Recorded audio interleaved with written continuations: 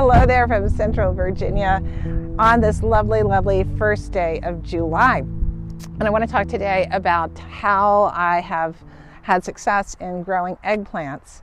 But unlike most of my garden, I don't grow eggplants in the ground in my earth beds. Rather, I grow them in large grow bags, and that has worked really, really well. As long as you take care of them and pay really close attention to watering and fertilizing them. First off, why do I grow eggplants in grow bags and not in my in-ground gardens? A couple of reasons. Main reason is flea beetles, which are rampant here and just decimate eggplant. It's very breezy today, which is very nice, but it's kind of making me fly everywhere. So yeah, flea beetles are a huge problem for me in growing eggplant, and particularly early in the season when the plants are most vulnerable. I've had flea beetles come in and just completely nibble down on my eggplant and kill the plants, weaken them to the point where there's never going to be able to thrive. As you can see, my garden is located near a grassy field. At ground level, when I grew the eggplants, the flea beetles just came in en masse, munched out, and it was just an ongoing battle. The second problem I had were voles. For some reason, they really liked coming in and eating my eggplant seedlings.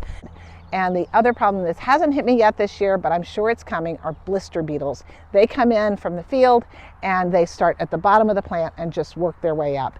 Because these are off the ground and higher up because they're large pots, the blister beetles are less likely to find them because they don't fly. What blister beetles do to a plant is like they just shred the leaves, and they come in en masse, and it's like an army of very hungry critters going at your plants, and it's very hard for a plant to withstand that. If you accidentally or intentionally touch a blister beetle, you are going to get a very painful blister. They emit the secretion that's their defense, and believe me, it's a pretty effective defense. All right, so what do I do about flea beetles? As I said, flea beetles are the biggest problem early in the growing season. And before they start blooming, as they're just growing, I want those plants to get as much growth as they can and be as healthy as they possibly can so that they can withstand attacks later.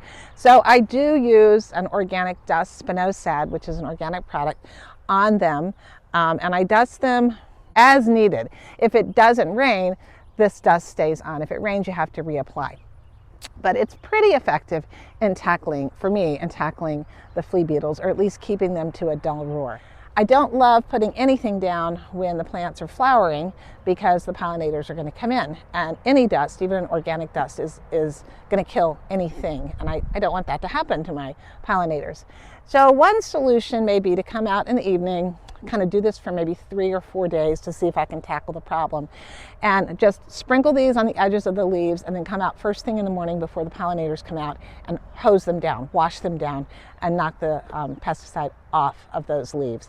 I think I may do that because I am seeing more flea beetles than I like to see at this point in their growth, even though they're healthy plants and they're doing really, really well. But we've had a lot of pressures with 100-degree temps right as they're going into their fruiting stage. That's not a good thing. So that's already stressing the plant. Other and final thing that I'm seeing a little bit this year, and I see a little last year, I'm getting some lantern flies that like to get on my eggplant. Fortunately, the lantern flies are not as bad this year, and I've been able to kind of stay on them. So far, so good. And Japanese beetles. I don't have a ton of them, but I have noticed that the plants that they tend to like, in addition to my blackberries and hops, are my eggplants, and beans. So I come and I check for them. I know a lot of people don't like eggplant because all they've ever had it done is, pretty much breaded and fried, which is not my favorite way to do it. But I've found that in curries, in sauces, roasted, grilled, in combination with other vegetables, it is just a delicious food. Plus, you can make things like a baba ganoush out of it, which can freeze really, really well for parties and things like that.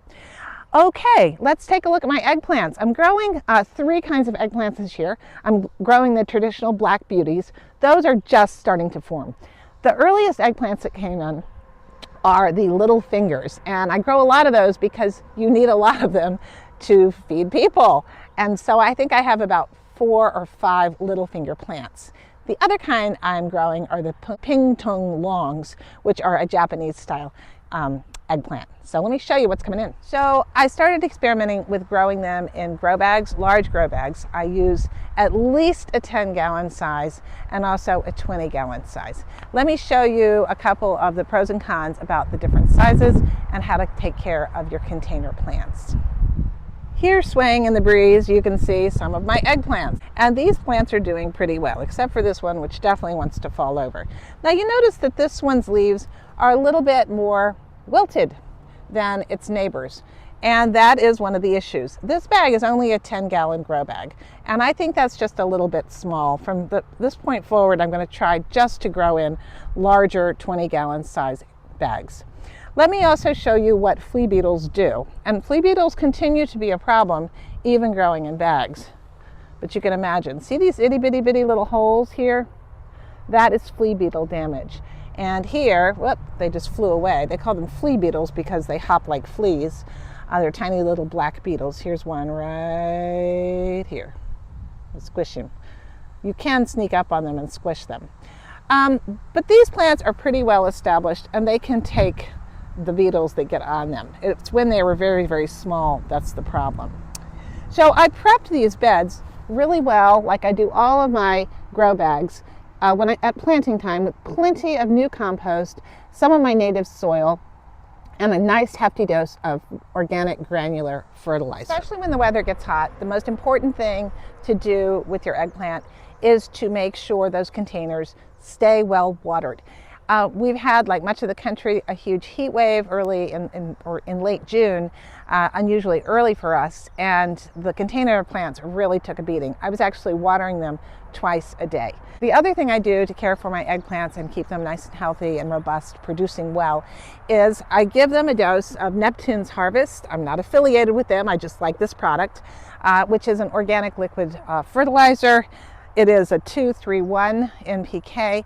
And I give them a dose of this about every 2 to 3 weeks when they're very small, but now that they're getting to production size on large plants, I'm going to give them that probably about once a week now, as long as they're continuing to produce. And they're starting to produce. I got my first eggplant, little eggplants, little finger eggplants, yesterday, and we had it in a pasta. And today I'm going to pick some of my ping-tong longs, which I'll show you in a minute, for a curry. This plant right here is a Black Beauty. This is the traditional large eggplant that you see. And this will be a later one, but you can see that my very first fruit is forming. Here are the beautiful flowers of the eggplant, which I think are just gorgeous. And more are coming along. This will produce a few fruits, several fruits throughout the season, one at a time. The other plants in this row are all the little fingers. I harvested them off of this plant yesterday, but I can see that another one's coming along right here. And they grow in these little clusters, which is kind of cute. Now here is a lanternfly. And I just squished him with my bare hands. Yep, my bare hands. I did it. So I have, 5 plants on this is my eastern side. Let's walk around to the other side. I'm on the exterior of my garden now. I found that deer and things, knock on wood, tend to leave eggplant alone. All right, here's my other eggplant row. This is the south side. Now here's the thing. These plants get hot. This is full sun all the time, and that has been really rugged on these plants in the heat wave that we've had. What we have here, this is another Black Beauty, planted a little bit later, so it's not quite as far along. It's also in a smaller pot. Now this one's interesting because this one was just about decimated by flea beetles, and it is catching up. Here is another, this is a ping-tong long, and it's got one starting to form here.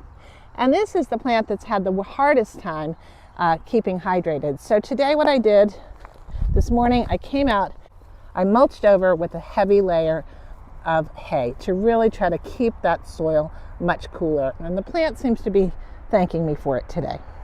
I do have 2 more eggplants growing in containers, and this seems to be a real sweet spot for these plants. I think they get just enough maybe shade from the blueberry or something, that they've done well.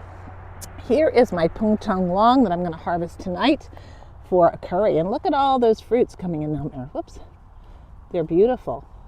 They're ready to harvest when they're the right color and they indent slightly.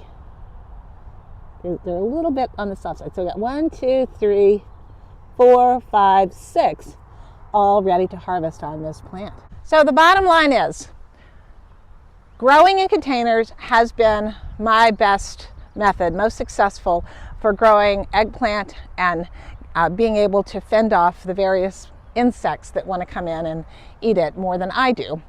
And keeping them well hydrated, fertilizing with a good organic liquid, low NPK, but have all things present. Prepping your containers really well at planting time with plenty of compost and organic fertilizer. And then just making sure they don't get thirsty. So those are my eggplant tips.